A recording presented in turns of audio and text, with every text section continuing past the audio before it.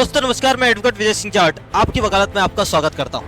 क्या आप भी अपने वकालत के साथ पैसा कमाना चाहते हैं? तो देखिए, 3 कैटेगरी वाले लोग होते हैं जो वकालत करते हैं। पहला वो व्यक्ति होता है जिसके पास एक सक्षम पैसा होता है और वो वकालत करता है। तो देखिए, उसको कोई दिक्कत नहीं आती, परेशानी नहीं आती है, वो वकालत कर सकता है। लेकिन उसको एक चीज याद रखनी पड़ेगी कि कम से कम 2-3 घंटे उसको जरूर पढ़ना पड़ेगा, उसको ड्राफ्ट बनाने के लिए जो सहायता करेगा।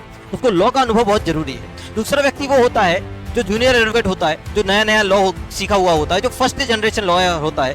उसको वकालत करनी होती है लेकिन उसके पास पैसा नहीं होता है या पैसा नहीं देता। जो हमारे सीनियर एडवोकेट हैं वो पैसा नहीं देते। अब करना क्या है?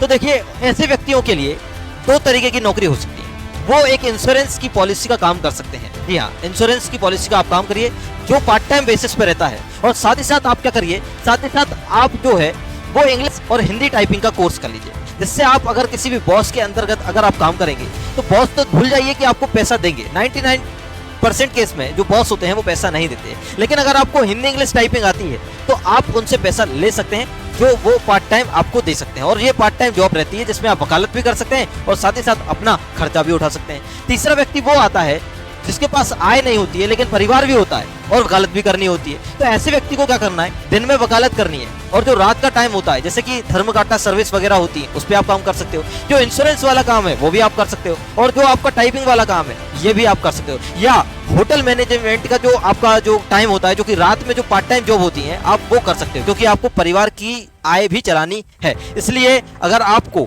इन सब चीजों का रोल प्ले करना है और अपने वकालत को नए सिरे से शुरुआत करनी है और साथ ही साथ थोड़ा बहुत पैसा कमाना है, तो आप इन सब चीजों पे ध्यान दीजिए और वकालत की शुरुआत कर दीजिए। नमस्कार, शुक्रिया, धन्यवाद।